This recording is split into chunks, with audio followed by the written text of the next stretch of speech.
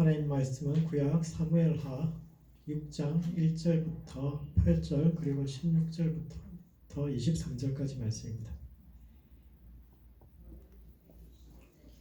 사무엘하 6장 1절부터 8절 말씀 먼저 한 절씩 교독하시겠습니다. 제가 먼저 읽겠습니다.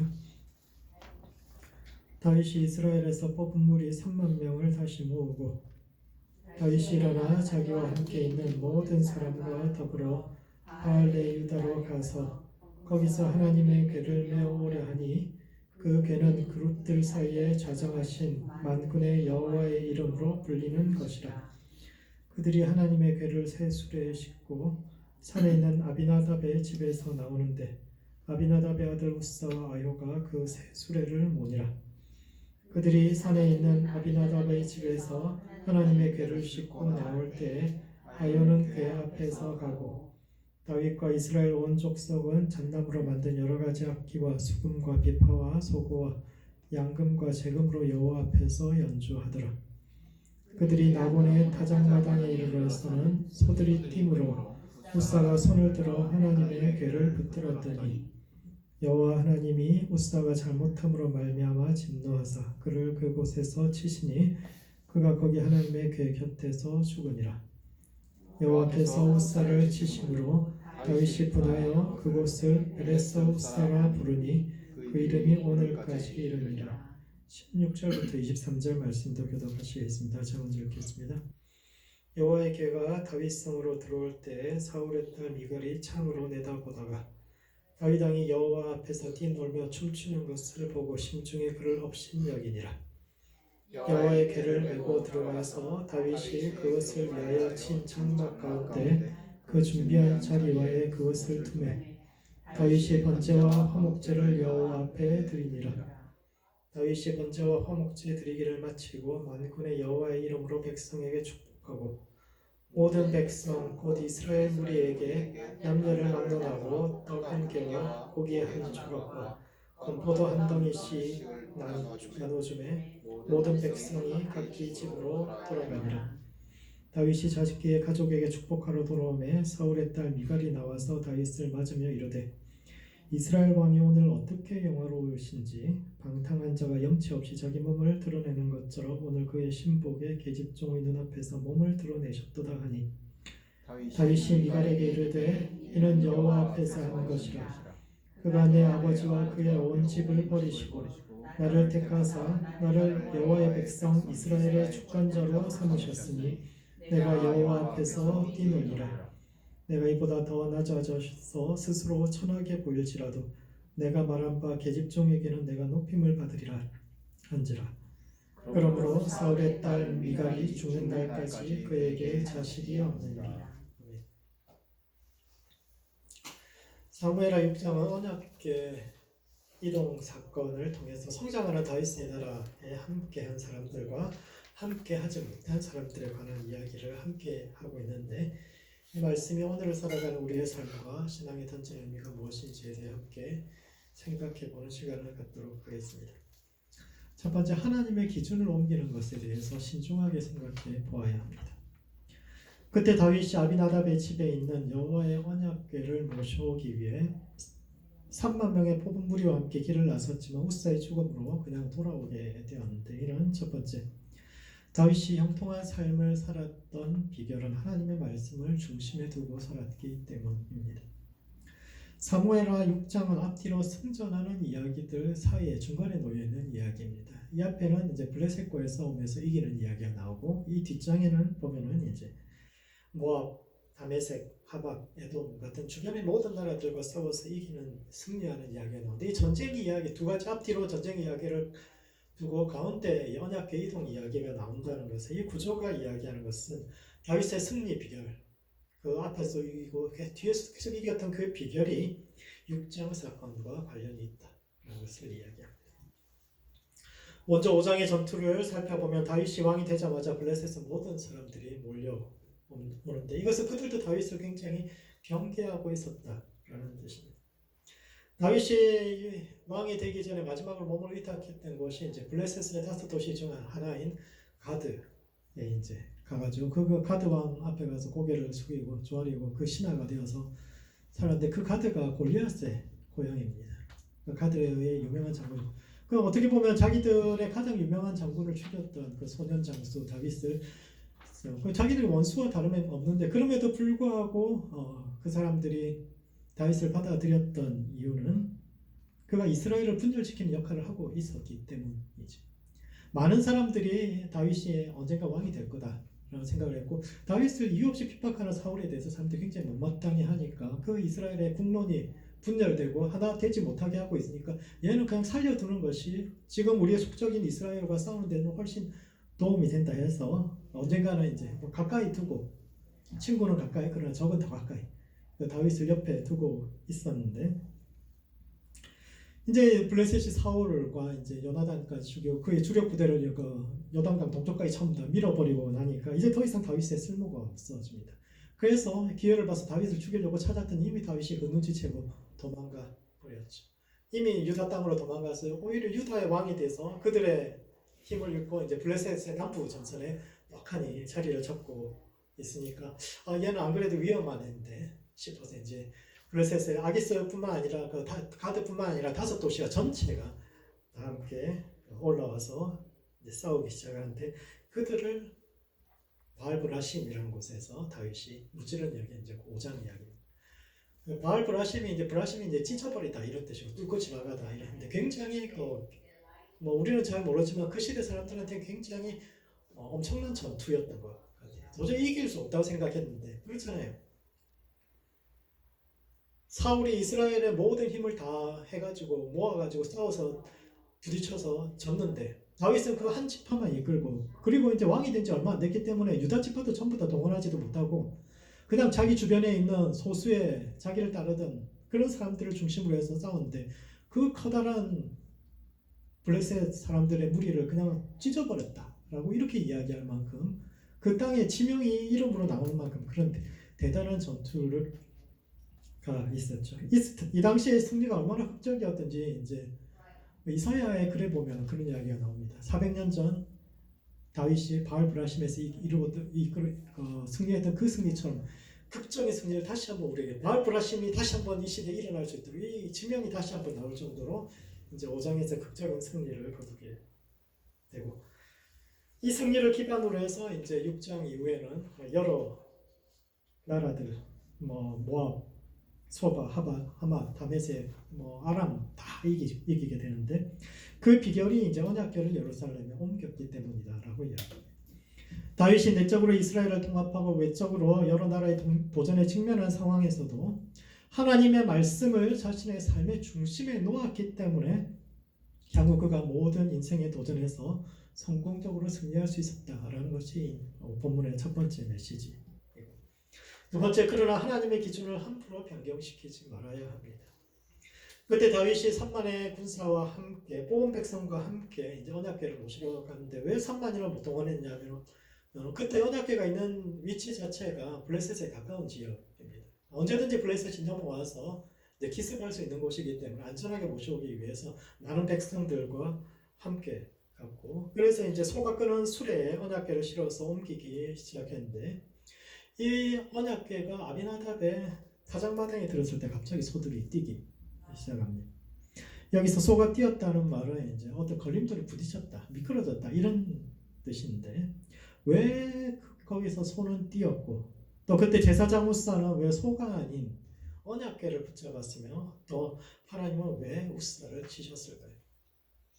이게 이제 굉장히 큰 숙제인데 참 이해되지 않는 이야기인데 좋은 마음으로 언약궤를 모셔가려고 했는데 하나님이 갑자기 언약궤 만졌다 소도 주려고 했는데 많이 잡아야지 어떡합니까? 잡았는데 우사를 치는 그런 사건이 일어났는데 일반적으로 소가 날뛰면은 그래서 막 수레가 뒤집어지려고 하면 어떻게 합니까? 여러분이 말하면 어떻게 하시겠어요? 우사처럼 수레 위에 있는 언약궤를 상자를 붙잡겠습니까? 아니면 소를 잡겠습니까? 일반적으로 소를 잡아야죠. 아무리 그 상자를 붙잡아봐야 소가 계속 날뛰면 대책이 없는 거죠. 그런데 왜 우사는 언약궤를 붙잡았을까? 소가 진정하지 않으면 흔들리면 멈출 수 없기 때문이고 또 다윗이 언약궤를 실어 옮기던 수레는 아무것도 없는 거 위에 그냥 덩그러니 상자 올려놓은 게 아니에요. 그 시대의 수레라는 것은 우리가 생각하는 그 싸구려 달구지가 아니라 높은 사람이 탈 수 있도록 의자와 여러 가지 편의시설이 갖춰진 마차 같은 겁니다. 아주 고급스러운 마차이고 거기에 당연히 안전벨트도 있었겠죠. 상자가 흔들리지 않도록 웬만하면 쏟아지지 않도록 철저히 준비되어 있는 그런 곳인데 소가 웬만큼 날뛰어도 그거 완전히 뒤집어지지 않으면은 흘러내리지 않을 텐데 거기서 막 소가 날뛰면 소를 진정시킬 생각을 하지 않고 왜 언약궤를 붙잡고 있었을까? 그리고 왜 하나님은 우사를 치셨을까? 생각해 보면 이것은 말씀과 현실이 부딪힐 때 말씀으로 현실을 이기는 것이 아니라 현실은 그대로 두고 말씀의 위치를 변경시킴으로써 그 위기를 헤쳐나가려 했던 그것에 대한 경고입니다. 원래 율법에 따르면 언약궤는 레위인이 옮기게 되어 있는데 왜 다윗은 레위인이 아닌 수레에 옮기려고 했을까요? 왜냐하면 그것이 더 하나님께 어울린다고 생각했기 때문이겠죠. 이전 시대에야 사람들이 매는 가마를 타고 다니는 것이 높은 사람들이 그전 시대에는 가마를 타고 다녔으니까 언약궤도 그렇게 가마로 옮기는 것, 사람이 들어서 옮기는 것, 그것이 권위가 있다라고 생각했겠지만 다윗 시대에 들어서면서 높은 사람들이 더 이상 가마 타고 다니는 것이 아니라 말 타고 다니고 수레 타고 다니고 이렇게 하면 마찬 말이 끄는 수레나 아니면 소가 끄는 수레를 타고 다니는 것이 더 품위가 있다고 생각했으니까 우리 하나님께 더 어울리는 것은 이제 더 이상 마차 타는 것이 아니라 수레 타시는 것이 아니라 그렇게 해서 좋은 마음으로 그렇게 이제 옮긴 겁니다. 그러나 그렇게 수레를 타고 옮겨지던 하나님의 말씀 언약궤는 무언가에 걸려서 넘어지게 되는데 이것은 기준을 변경시켰을 때 예상치 못한 부작용, 즉 사람들이 걸려 넘어지는 돌부리들이 있을 수 있다라는 것을 이야기하죠. 예를 들어서 하나님께서 수레를 타신다라고 이야기하면 이제 더 이상 하나님은 힘없는 백성들의 하나님이 아니라 힘있는 사람들의 하나님으로 여겨질 수 있습니다. 오랫동안 언약궤는 가난한 유목민들이 거하는 천막에 함께 계셨는데 우리가 사는 그런 집 비슷한데 계셨는데 그리고 사람들의 걸음과 우리가 걷는 걸음과 그 속도에 맞춰서 함께 걸어주시는 그런 분이었는데 이제 하나님은 아주 멋진 백향목으로 만든 우리가 감히 상상도 할 수 없는 아주 고급스러운 집에 가시고 어디 가실 때는 화려한 수레를 타시고 그리고 우리의 속도와는 비교할 수 없이 빠르게 하나님이 막 왔다 갔다 하시는 그렇게 분, 그래서 우리와는 거리가 있는 분으로 생각할 수 있고 이렇게 돌부리에 걸려 넘어지려는 언약궤를 우사가 잡았다라는 것은 말씀의 위치와 기준을 변화시켜서 문제를 해결하려는 시도를 보여줍니다. 언약궤를 실은 수레와 돌부리가 부딪혔다면, 즉 말씀과 시대가 부딪혀서 흔들림이 있다면 그것은 말씀을 싣고 가는 수레의 문제든지 아니면 하나님의 말씀을 가로막고 있는 잘못된 시대의 돌부리가 문제일 텐데 우사는 소를 진정시키거나 돌부리를 치우지 않고 흔들리는 언약궤를 붙잡아서 그 위치를 어떻게 이렇게 조금 변화시키고 저쪽으로 좀 변화시켜서 문제를 해결하려는 시도를 보여주고 이 이야기는 그런 시도에 대한 경고요. 그것도 제사장이 앞장서서 그런 일을 할 때 그들 위에 내릴 재앙에 관한 이야기입니다. 다른 사람은 몰라도 우사는 제사장으로서 언약궤를 수레로 옮기는 문제점에 대해서 알고 있었을 겁니다. 다윗은 잘 모르겠지요. 하나님의 말씀을 율법을 철저하게 알지도 못할 뿐만 아니라 그런 선한 의도에서 그렇게 이야기할 수 있죠. 우리 수레 옮기는 게 어떨까 이렇게 이야기할 수 있죠. 그러나 제사장은 그것이 잘못되었다는 것을 알고 있습니다. 언약궤는 레위 자손들 중에서도 고아세 자손들만 옮길 수 있고 그들도 긴 나무를 고리에 끼워서 언약궤를 옮기기만 할 뿐 언약궤를 만지거나 심지어는 그 안을 들여다보아서도 안 되는데 우사는 그런 규정을 전부 다 무시합니다. 다윗은 잘 알지 못하기 때문에 그럴 수 있지만 영적 지도자인 제사장은 그러한 변화가 가져올 문제를 깊이 생각하고 기준을 바꾸는 것을 신중하게 검토해야 되는데 우사가 그러지 못했죠. 왕이 원하니까 또 좋은 뜻으로 하는 거니까 문제 없을 것이다라고 받아들였고 그렇게 했는데 또 문제가 생겼을 때는 그 문제를 말씀의 기준으로 다시 한번 생각해 보는 것이 아니라 말씀의 기준이 아닌 세상의 기준으로 돌부리 그대로 놔두고 소 놔두고 말씀을 변경시켜서 해결하려다가 실패했는데 이것은 영적 지도자는 시대 속에서 말씀의 기준을 지키며 시대와 말씀이 부딪힐 때 우리가 어떻게 행동해야 하는지를 이야기해 주는 것입니다. 다윗은 그 장소를 베레스 우사라고 이름 지었는데 베레스는 재난이라는 뜻도 있고 위반이라는 뜻도 있어서 베레스가 말씀을 지키지 못했기 때문에 찢어진 장소다라는 뜻이요. 세상 편에 서서 말씀을 옮기다가 스스로 파괴되어지는 길이 아니라 오히려 주님 편에 서서 주님께서 가시는 길 위에 그 돌뿌리를 치워서 그분이 가시는 길을 평탄하게 해야 할 우리의 사명에 대해 이야기하고 있는데, 그러므로 주의 길을 예비하는 성도들 되시기 바랍니다. 다윗이 많은 전투와 인생에 승리할 수 있었던 궁극적인 비결은 하나님의 말씀을 그의 삶의 중심에 두었기 때문인데, 말씀과 함께 높은 산을 낮추고 낮은 골짜기를 북돋워서 이 시대에 주님께서 오시는 길이 평탄할 수 있도록, 그래서 그분께서 우리의 삶과 이 시대 속에 걸어 들어오실 수 있도록 주의 길을 예비할 수 있는 모든 성도들 되시기 바랍니다. 두 번째, 타인을 존중해야 본인도 존중받을 수 있습니다.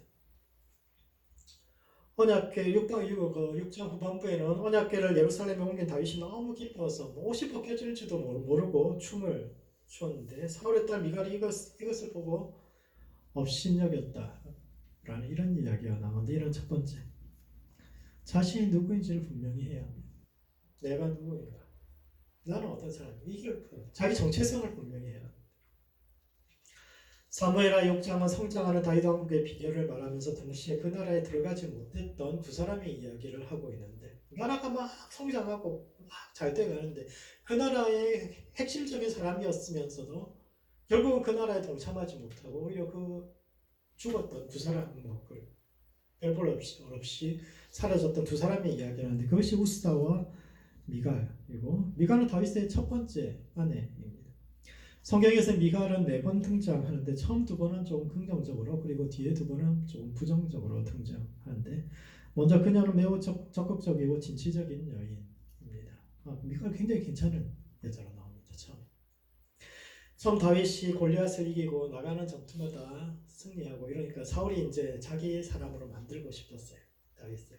그래서 어떻게 하면 다윗을 자기 사람으로 만들 수 있을까 생각했더니, 딸을 주는 것이 가장 좋겠다 생각해서 이제 딸을 주겠다 이렇게 이야기합니다.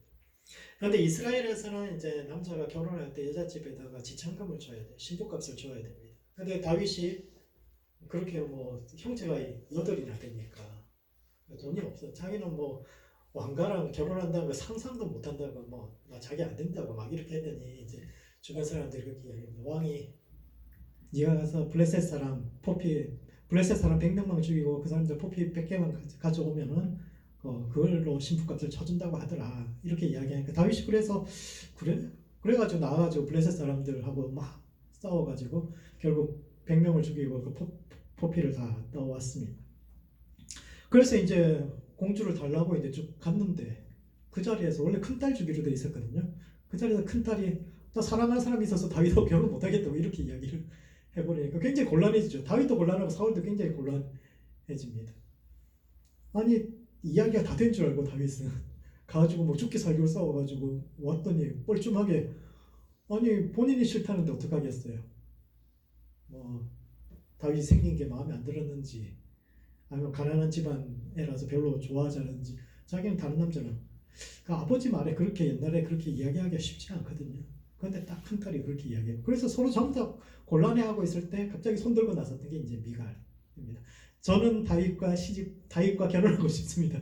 여자가 손들고, 이것도 굉장히 쉽지 않은 이야기입니다. 고대 사회에서 쉽지 않은. 그렇게 자기 의견을 표명할 만큼 굉장히 진취적인, 자기 생각이 분명했던 여인이고, 또 그 진취적인 성격으로 다윗의 목숨을 살려주기도 했죠.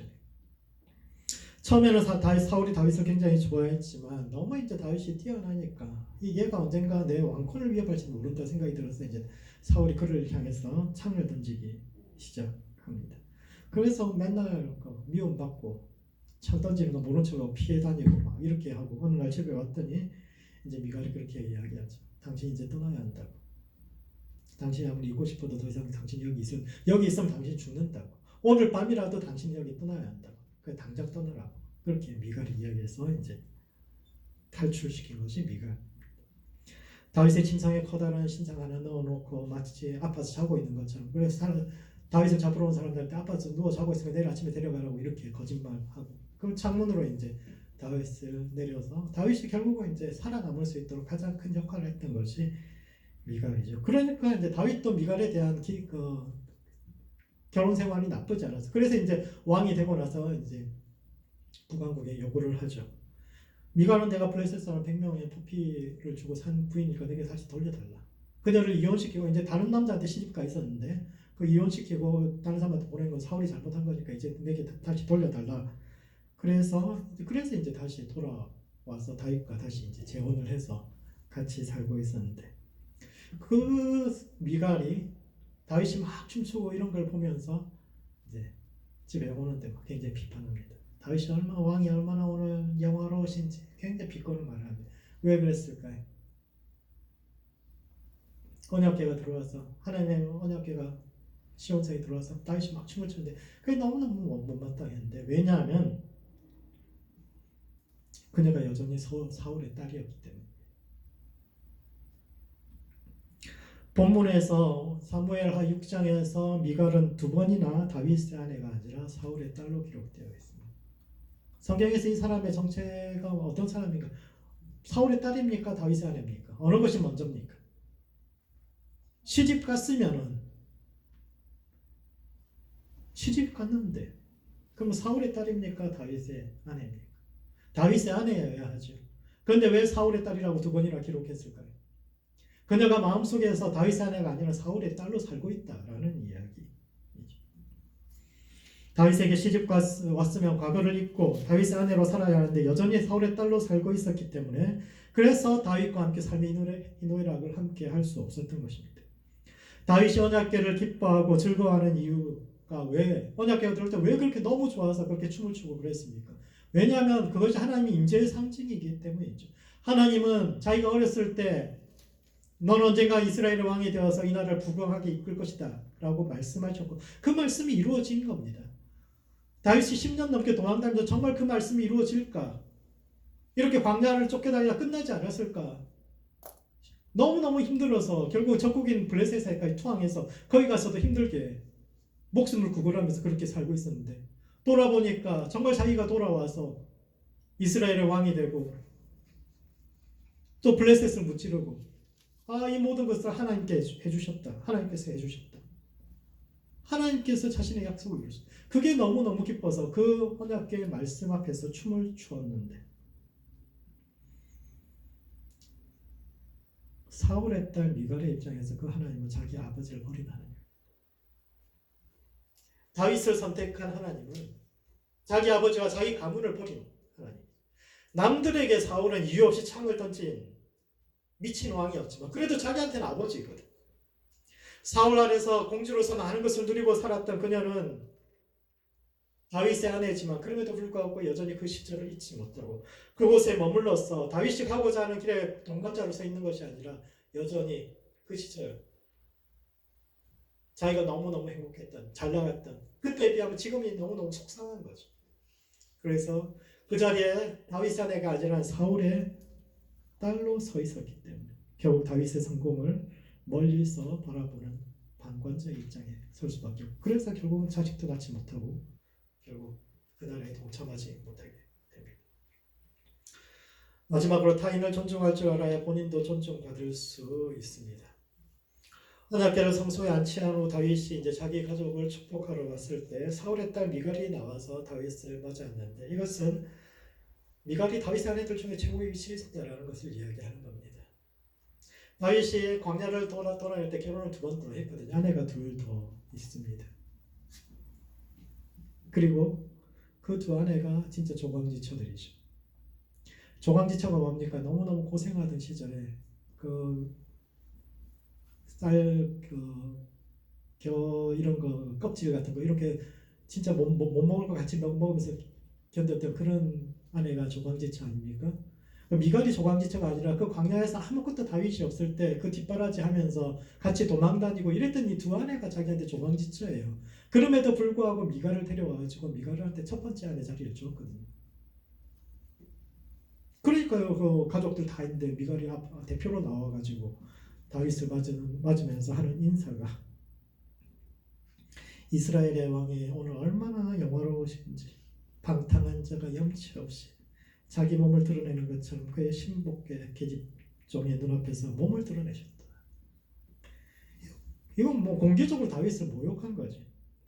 그 자리에는 다윗의 가족들뿐만 아니라 궁에서 일하는 수많은 사람들이 함께 쳐다보고 있는데 가문의 대표로서 밖에서 고생하고 돌아온 남편에게 축복해서 당신 너무 수고했어 이렇게 이야기해야 될 자리에서 다윗을 아주 비꼰 것은 어려서부터 너무 눈치 안 보고 자랐던 귀하게 자란 영향이 남아있기 때문이기도 하고 또 자기 가문은 풍비박산이 났는데 과거 자신이 좀 만만하게 봤던 다윗이 지금은 뭐 감히 자기가 쳐다볼 수도 없던 높은 위치에 있으니까 그게 좀 안 입곱기도 하고 뿐만 아니라 그녀가 다윗에게 온 것도 자기 자신의 의지로 온 것은 아니거든요. 미갈이 이제 4번 나오는데 3번째 나오는 장면이 이제 그 장면이에요. 그 다윗한테 돌아오는 장면이에요. 다윗이 광야로 도망간 뒤에 이제 미갈이 또 다른 남편에게 이제 시집을 발디엘이라는 사람에게 시집 가서 10몇 년을 같이 둘 사이가 나쁘지 않았던 것 같아요. 다윗이 이스보셋에게 내 아내 돌려달라고 이야기하니까 그러니까 이제 이스보셋은 뭐 북왕국이 남왕국에 비해서 군사력이 밀리니까 그래서 결국 이제 미갈을 돌려보내게 되는데 그 남편이 국경까지 쫓아옵니다. 미갈하고 결혼해서 10몇 년 살았던 그 발디엘이라는 남편이 막 쫓아오면서 울어요. 막 남자가 막 울면서 몇 날 며칠을 쫓아오면서 국경에서 이제 아브넬이 이제 빨리 가라고 너 안 그러면 너 죽는다 막 이렇게 하니까 거기서 어쩔 수 없이 이제 인사하고 가는데 재밌는 것은 미갈의 반응이 나와 있잖아요. 미갈의 남편의 반응은 나와 있는데 미갈의 반응이 나와 있죠. 원래는 미갈의 반응이 기록되어야 하는 게 정상 아닙니까? 자기가 뭐 원치 않게 자기가 다윗을 사랑했어요. 그런데 다윗을 살려야 되니까 다윗을 보내고 나서 자기 아버지한테 자기 아버지가 억지로 이혼시키고 발디엘한테 갔어요. 자기가 원치 않게 다시 결혼을 한 거죠. 그리고 이번에도 자기 의견을 묻지도 않고 또 이제 다윗한테 가라고 이야기합니다. 그러면은 옛 남편이 그래도 자기를 잊지 않고 또 자기 가문이 망했는데 큰 나라의 왕이 돼가지고 자기를 부르니까 그게 좋은 건지, 그래서 가는 게 너무너무 기뻐하는 건지, 아니면은 그래도 10몇 년을 함께 살았던 남편이 자기 너무너무 사랑해서 몇 날 며칠 울면서 따라오면서 그 옆에 해주는 이 남편과 같은 심정인지, 정상적이라면 미갈이 어떤 감정을 가졌는지를 기록해야 되지 발디엘이 그 남편이 어떤 감정을 가지고 있는지 기록하지 않는데 그 미갈의 반응은 기록되지 않고 발디엘의 감정은 기록되어 있습니다. 이게 뭘 의미하는 걸까요? 여러분이 미갈 입장이라면 어땠을까요? 옛 애인이 자기를 잊지 못하고 크게 성공해가지고 애들도 다시 받아줄게 그렇게 하니까 재벌이 돼서 오면은 너무 기분이 좋을까? 아니면 자기를 너무너무 사랑해서 이 남편과 헤어진 게 너무 슬플까? 왜 기록되어 있지 않을까? 근데 이런 방식은 되게 성경 기자가 그 사람에 대한 가진 불만을 표현한 방식입니다. 창세기에 나오는 족장의 부인들 중 리브가만 죽음이 기록되어 있지 않아요. 아브라함의 부인 사라는 죽음이 기록되어 있으나 어디에 묻혔는지 기록되어 있고, 야곱도 그 아내들 중에서 라헬의 죽음이 어쨌거나 기록이 되어 있는데 이삭의 아내는 리브가는 죽음이 기록되어 있지 않고 생뚱맞게 리브가의 유모가 어디서 죽었는지 이게 기록되어 있는데, 이것이 이제 성경 기자가 리브가에 대해 가진 불만을 표현하는 겁니다. 리브가는 야곱을 사주해서 이삭에게 거짓말하게 하고, 그래서 형의 장자권을 훔치게 함으로써 가족의 평화를 깨뜨렸고, 그것이 오히려 야곱의 삶을 향한 하나님의 뜻을 성취하는 것을 굉장히 늦췄다라고 생각하기 때문에 굉장히 리브가 잘못했다고 생각해요. 그러니까 리브가의 죽음을 기록하지 않고 리브가의 유모의 죽음을 이런 게 이제 전형적으로 성경 기자들이 자신들이 가진 그 사람에 대한 어떤 부정적인 면을 표현하는 방식인데, 미갈 이야기에서도 마찬가지입니다. 자신을 위해 울어주는 발디엘과 달리 미갈의 감정은 표현되지 않았는데 이것은 그녀의 무정한 성격 그리고 권력 지향적인 성격을 보여주죠. 그녀가 자신의 뜻과 상관없이 이 남자에게서 저 남자에게로 그렇게 물건처럼 건네주는 이유는 그녀도 타인들을 물건처럼 생각하고 있기 때문입니다. 미갈은 다윗이 천한 계집종들 앞에서 몸을 드러냈다고, 그래서 왕의 체면을 떨어뜨렸다고, 당신 체면만이 아니라 우리 체면도 다 같이 떨어뜨린 것이라고 이렇게 비난하는데, 이것은 그녀가 늘 사람을 귀하고 천한 기준으로 나누고 낮은 자들을 무시하는 성향을 드러내며 이런 삶의 태도를 고치지 못했기 때문에 타인을 존중할 줄 몰랐기 때문에 결국 다윗과 함께 성장하는 그 나라의 일부가 되지 못했는데, 그러므로 자신이 누구인지를 분명히 하고 다른 사람을 존중함으로써 존중받는 삶을 살아야 합니다. 다윗의 아내가 아닌 사울의 딸로 살아서 새로운 나라의 일부가 되지 못한 미갈처럼 하나님의 백성과 세상 백성의 정체성 사이에서 방황하다가 다가오는 그 하나님 나라에서 유업을 잃어버리지 않는 모든 성도들 되시기 바랍니다. 말씀을 정리하겠습니다. 사무엘하 6장은 성장하는 다윗의 나라의 비결과 이에 동참하지 못한 두 사람의 이야기를 하는데, 첫 번째, 하나님의 기준을 지켜야 합니다. 말씀과 시대가 부딪힐 때 세상의 입장에서 말씀의 위치를 옮기는 것이 아니라 말씀을 중심으로 삶의 모든 걸림돌과 부딪혀서 주님께서 내 삶과 이 시대 속에 걸어 들어올 수 있도록 주의 길을 예비하시는 모든 성도들 되시기 바랍니다. 두 번째, 자신이 누구인지를 분명히 하고 타인을 존중함으로 존중받는 삶을 살아야 합니다. 다윗의 아내였지만 사울의 딸로 살아서 다윗의 기쁨에 동참할 수 없었던 미갈처럼 하나님과 세상 사이에서 자신의 정체성을 잃어버리고 다가오는 나라에서 유업을 잃어버리는 어리석은 자가 되지 말고 주 안에서 지혜로운 성도로 그 나라를 차지하는, 그 나라에 들어가는 모든 성도들 되시기 바랍니다. 기도하시겠습니다. 기도하실 때는 정체성을 분명히 하는 성도 될 수 있도록 주님 도와주시옵소서. 하나님의 백성으로 살 것인지 세상 백성으로 살 것인지를 분명히 하고 삶에서 타인을 존중함으로 또 존중받는 성경적인 가치 기준 속에 살아갈 수 있도록 자기를 위해서 기도하시고 또 하나님의 기준을 지키는 성도와 교회 될 수 있도록 서로를 위해서 기도합시다.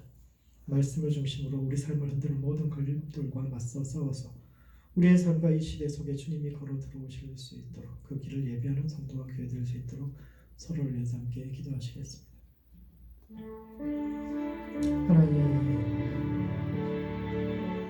하나님의 백성